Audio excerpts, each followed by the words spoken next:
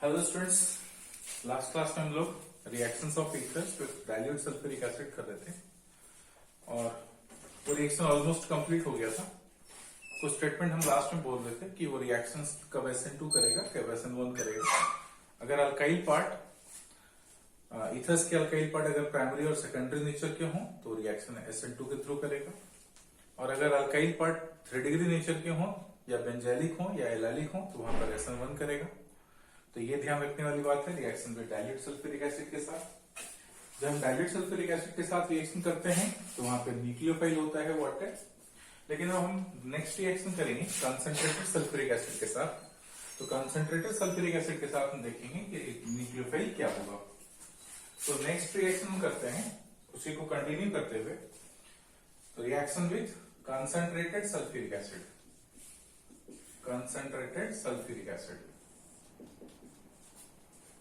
अगर हम रिएक्शंस किसी ईथर का कंसंट्रेटेड सल्फ्यूरिक एसिड के प्रेजेंस में कराएं तो उसकी न्यूक्लियोफाइल क्या होती है। अब देखो, कंसंट्रेटेड H2SO4 कहने का मतलब है H2SO4 concentrated, this is H plus HSO4 minus.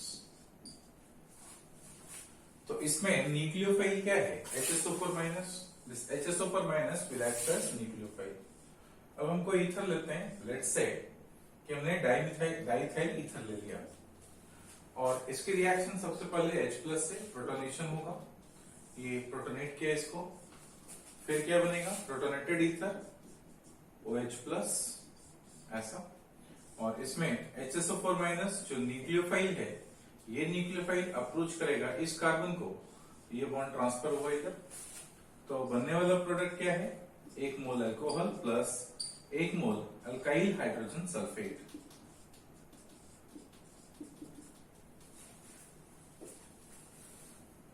ठीक है, ये रिएक्शन किसके थ्रू, SN2 के थ्रू। ये रिएक्शन SN2 के थ्रू। तो रिएक्शन यहाँ पर SN2 मैकेनिज्म, इसलिए SN2 क्योंकि ये प्राइमरी और सेकेंडरी अगर अल्काइल ग्रुप हो तो रिएक्शन SN2 के साथ। अगर ईथर में यहाँ पर कोई भी एक अल्काइलिक पार्ट सेकेंडरी या 3 डिग्री नेचर का हो जहां पर स्टेबल कार्बोकेटायन बन सकता है, मान लेते हैं हमारा ये है CH3। अब इसकी अगर हम रिएक्शन कराएं किसके साथ, कंसंट्रेटेड सल्फ्यूरिक एसिड के साथ, तो ये जो बनेगा प्रोटोनेशन के बाद OH प्लस एंड यहाँ पे CH3। अब ये दो तरह से हो सकता है, क्योंकि यहां 3 डिग्री कार्बन है तो कार्बोकेटायन बनेगा प्लस, ठीक है, कार्बोकेटायन बनेगा, यहां से कार्बोकेटायन बना, और इसके अलावा हम बोल सकते हैं CH3OH बाहर निकल गए, ये वाली बॉन्ड ट्रांसफर हो गई और CH3OH बाहर चला गया। अब ये कार्बोकेटायन पे दो तरह का रिएक्शन, एक न्यूक्लियोफिलिक सब्स्टिट्यूशन और दूसरा एलिमिनेशन। अगर ये सब्स्टिट्यूशन करता है तो बनेगा क्या, 3 डिग्री अल्काइल हाइड्रोजन सल्फेट,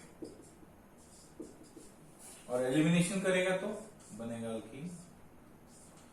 जैसे कि आपको पता है 2 डिग्री और 3 डिग्री जो स्टेबल कार्बोकेटायन अगर बनाए, स्टेबल कार्बोकेटायन से carbocation resembles alkyne because the product is thermodynamically controlled, thermodynamically stable product, stability is governed by hyperconjugations, so therefore elimination product is major. So alkene क्या बनेगा इसमें, major, alkene is major। Reaction copy कर लो।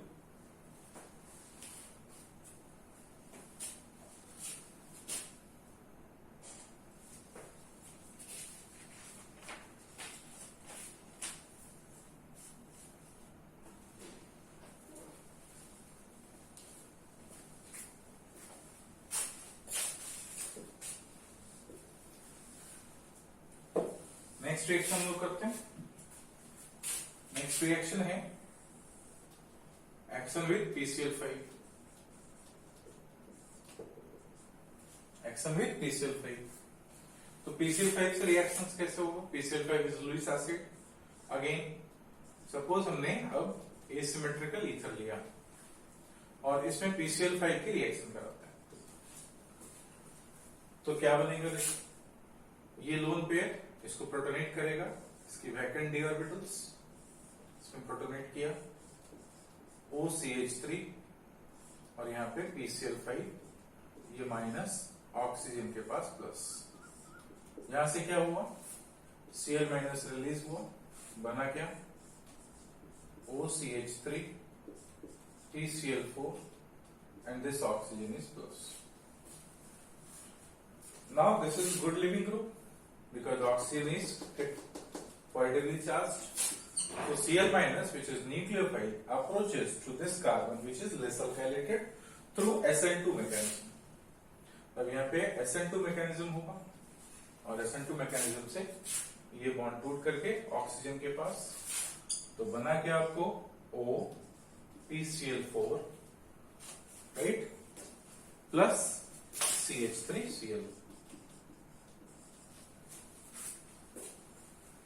ठीक है, अब further phosphorus के पास again there is vacancy in their d orbitals, oxygen के लोन पेयर इसके वैकेंट डी ऑर्बिटल्स में p pi d pi bond, तो क्या बनेगा, oxygen double bond PCl4, this is minus, this is plus, again they will lose Cl minus, gives O double bond PCl3 and this is plus.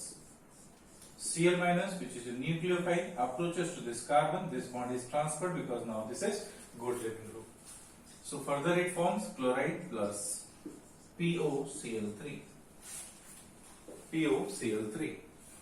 Now this PoCl3, ठीक है, ऑक्सीफॉस्फोराइल chloride, इसकी अगर मैं hydrolysis कर दूं, कभी कभी हाइड्रोलिसिस से रिलेटेड क्वेश्चंस होते हैं, अगर इसको मैं हाइड्रोलिसिस कर दूं तो बनने वाला यहाँ पे फास्फोरस के देखेंगे ऑक्सीडेशन स्टेट कितना है, +5।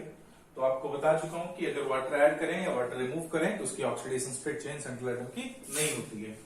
तो बनने वाला कौन सा ऑक्सी एसिड होगा, H3PO4, क्योंकि H3PO4 में फास्फोरस अगेन +5, यहाँ पर कितना +5।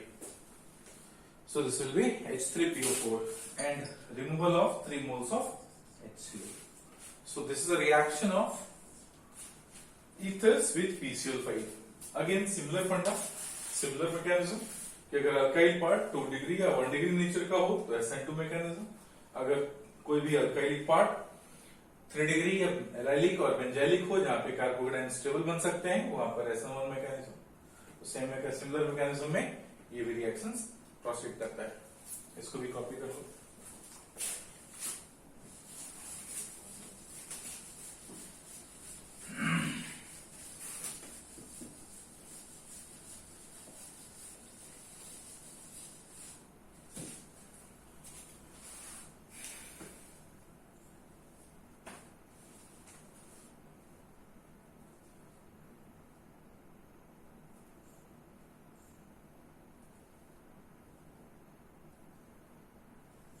ओके, नाउ अब लोग नेक्स्ट रिएक्शन देखते हैं।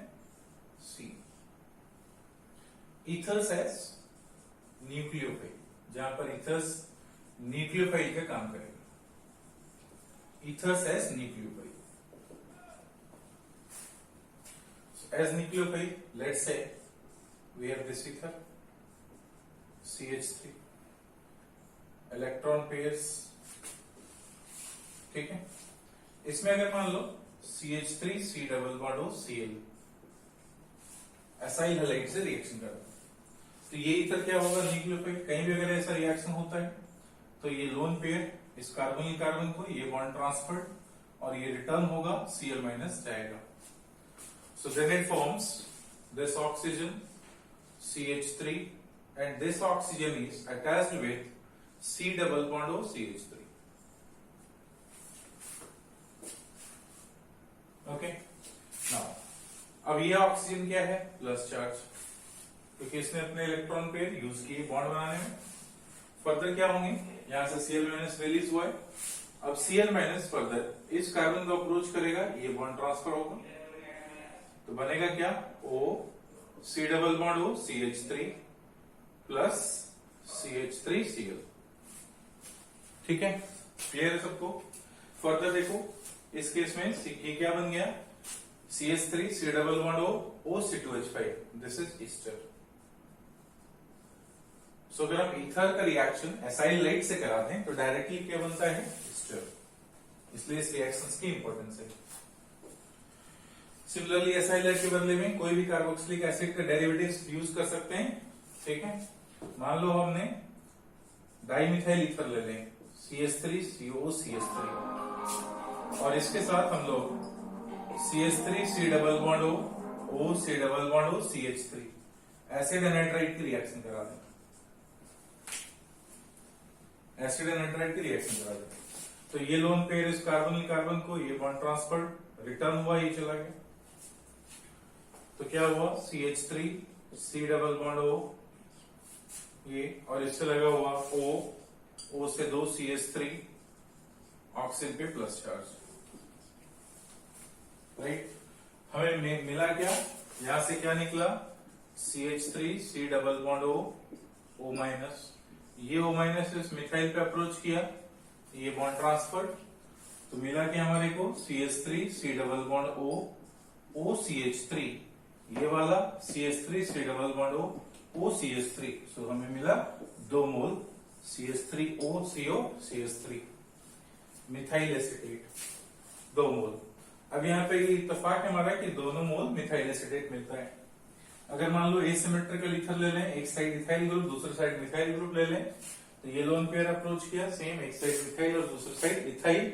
अब ये न्यूक्लियोफाइल अप्रोच करेगा उस कार्बन को जो लेस हिंडर्ड है, तो मिथाइल को अप्रोच करेगा, ये बॉन्ड ट्रांसफर होगा, इसके साथ क्या लगेगा, मिथाइल, और यहाँ क्या लगा होगा, इथाइल। तो एक जगह पे आपको इथाइल एसिटेट और दूसरी जगह पे मिथाइल एसिटेट मिल सकता है।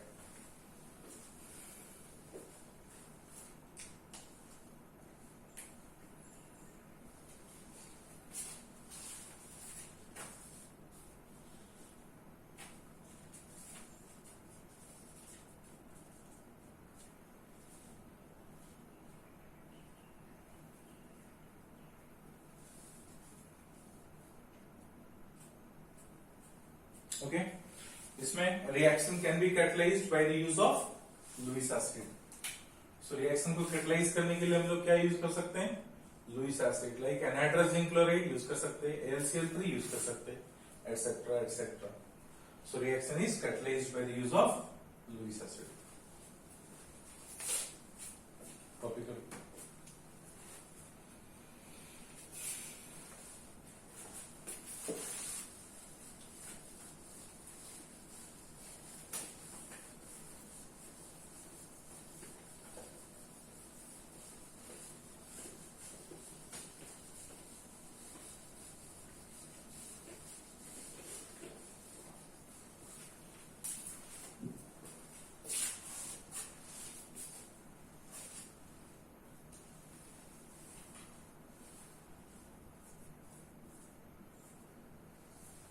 ओके, नाउ नेक्स्ट रिएक्शन देखो, डी, रिएक्शंस इन्वॉल्विंग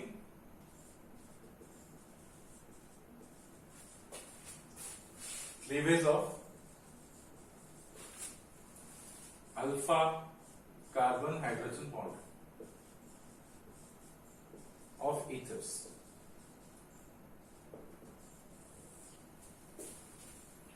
इसमें फर्स्ट रिएक्शन ऑटो ऑक्सीडेशन,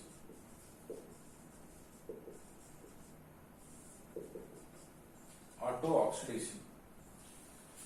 अगर हम ईथर को एक्सपोज कर दें लाइट में, एयर के प्रेजेंस में, तो अल्फा पोजीशन पे इस पे हाइड्रोक्सी पेरोक्साइड बन जाता है। सो ये हाइड्रोक्सी पेरोक्साइड बन गया। This is highly unstable, highly unstable. अगर इसको हीट कर दिया जाए तो देयर विल बी एक्सप्लोजन। अगर इसको हीट कर दें तो एक्सप्लोड कर जाता है। So upon heating it explodes.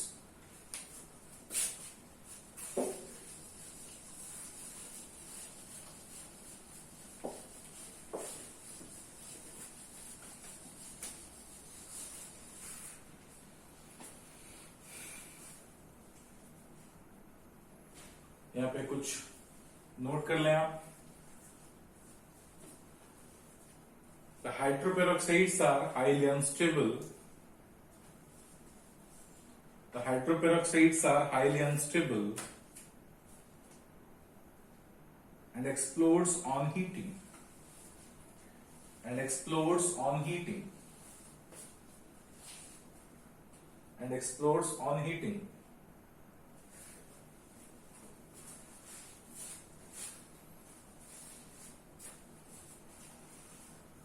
Next, due to explosion,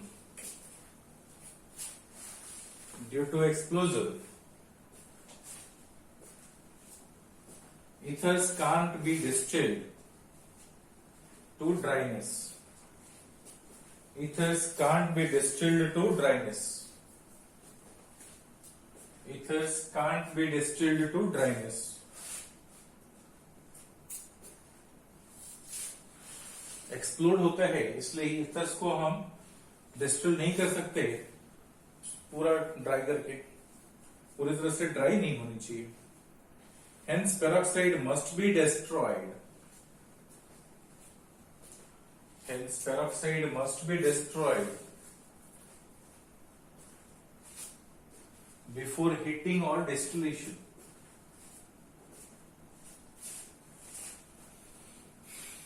Before heating or distillation. Next point में लिखेंगे the presence of hydroperoxide in ether. The presence of hydroperoxide in ether can be detected by the use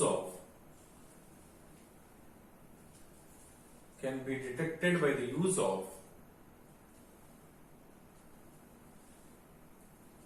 ferrous sulfate solution. Ferrous sulfate solution, which then passes to potassium thiocyanate. Solution. The appearance of blood red color. The appearance of blood red color due to formation of ferric thiocyanate will indicate the presence of hydroperoxide. Will indicate the presence of hydroperoxide in ether.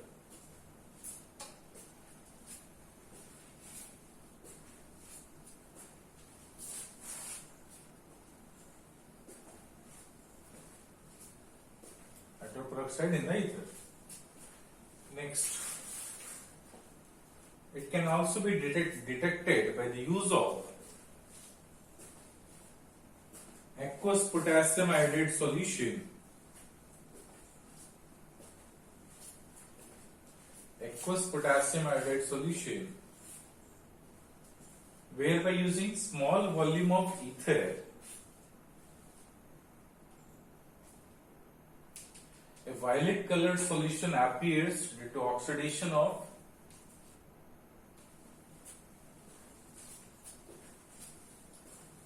iodide ions. इसमें reaction देखिए हम कैसे हो रहा है कि मान लो हमारे पास हाइड्रोपेरोक्साइड है जो डिकम्पोज करेगा और वो हाइड्रोजन पेरोक्साइड बनाए. तो हाइड्रोपेरोक्साइड डिकम्पोज किया हाइड्रोजन पेरोक्साइड में. Hydrogen peroxide itself is having H2O plus nascent oxygen. हमने ferrous sulfate solution लिया तो ferrous sulfate plus nascent oxygen plus sulfuric acid gives rise to ferric sulfate Fe2SO4 taken thrice plus H2O. ये reactions आपको कराया था हमने inorganic chapter में. So ferrous sulfate gets converted to ferric sulfate, and whenever ferrous sulfate reacts with any other reagent of this world, we need to put sulfuric acid to them to provide acidic medium.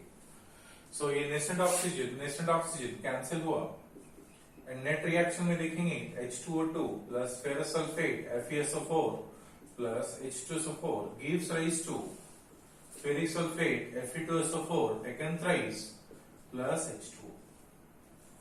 तो H2O2 जो हमें hydrogen peroxide कहां से मिला? Ether hydroperoxide से। Ether hydroperoxide को हमने क्या करा? पेरोक्साइड को थोड़ा डिस्टिल किया, हीट किया और ये एक्सप्लोड कर गया और बदले में हाइड्रोजन पेरोक्साइड दे गया। ये हाइड्रोजन पेरोक्साइड डिकम्पोज किया H2 और नेसेंट ऑक्सीजन में। नेसेंट ऑक्सीजन ने फेरस सल्फेट को ऑक्सीडाइज करा किसमें? फेरिक सल्फेट में। अब ये फेरिक सल्फेट वाले सॉल्यूशन में Fe2SO4 टेकन थ्राइस, इसमें अगर हम पोटेशियम थायोसाइनेट ऐड कर दें KSCN, ये सॉल्यूशन अगर ऐड कर दें इसमें तो बनेगा क्या? Ferric thiocyanate FeSCN taken thrice plus potassium sulfate K2SO4. So this presence of or formation of ferric thiocyanate, which is blood red colored.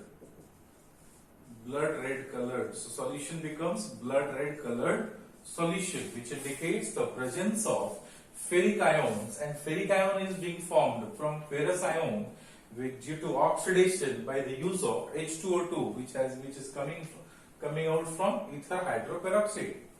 So blood red colour अगर अपीयर हो रहा है तो ये क्यों हो रहा है? ये तब हो रहा है किसकी वजह से? फेरिक थायोसाइनेट होने की वजह से। फेरिक आयन कहां से आया? हमने तो फेरस लिया था, तो फेरस का ऑक्सीडेशन हो गया। कौन ऑक्सीडाइज किया? H2O2 कहां से मिला? ईथर हाइड्रोपेरोक्साइड से। इसका मतलब ईथर में क्या है? हाइड्रोपेरोक्साइड है। ठीक है, ओके। नेक्स्ट रिएक्शन देखें, ये फर्स्ट था ऑटो ऑक्सीडेशन, आई होप आपको समझ में आया हो। सेकंड देखते हैं हैलोजिनेशन।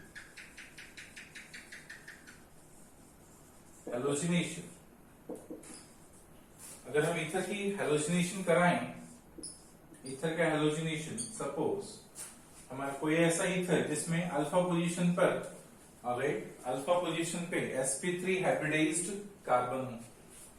sp3 हाइब्रिडाइज्ड कार्बन के पास कम से कम एक हाइड्रोजन होना चाहिए। तो अगर ये टर्शियरी नेचर का है तो ऑब्वियसली इस कार्बन पे कहीं पर भी अल्फा पोजीशन पे कार्बन हाइड्रोजन बॉन्ड नहीं है, दो मिथाइल ग्रुप है, ये यहाँ पर हैलोजिनेशन पॉसिबल नहीं है। लेकिन इस पार्ट में देखो तो यहाँ पे दो हाइड्रोजन है अल्फा पोजीशन पर, तो ये अल्फा पोजीशन पे हाइड्रोजन होने से ये हैलोजिनेट कर सकते हैं। हैलोजिनेशन हम दो तरीके से कराएंगे, या तो लाइट में कराएंगे नहीं तो डार्क में कराएंगे। अगर हम इसके लाइट में कराते हैं रिएक्शन तो लाइट के केस में ओवर हैलोजिनेशन बनता है।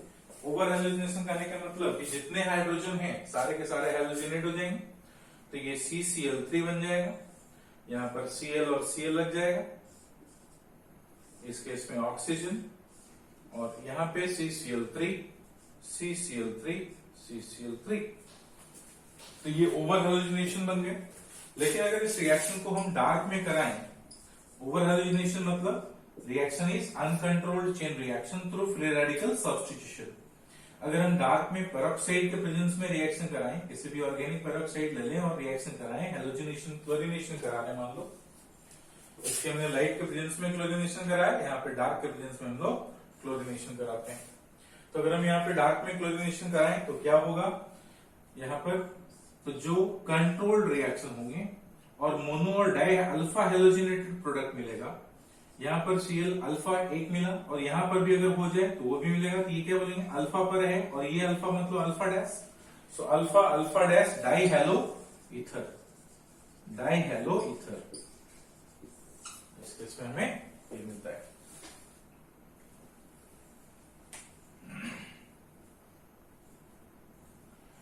Okay, and this is all about the reactions of ethers.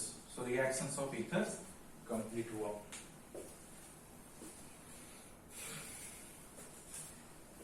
देख लो, कॉपी कर लीजिए।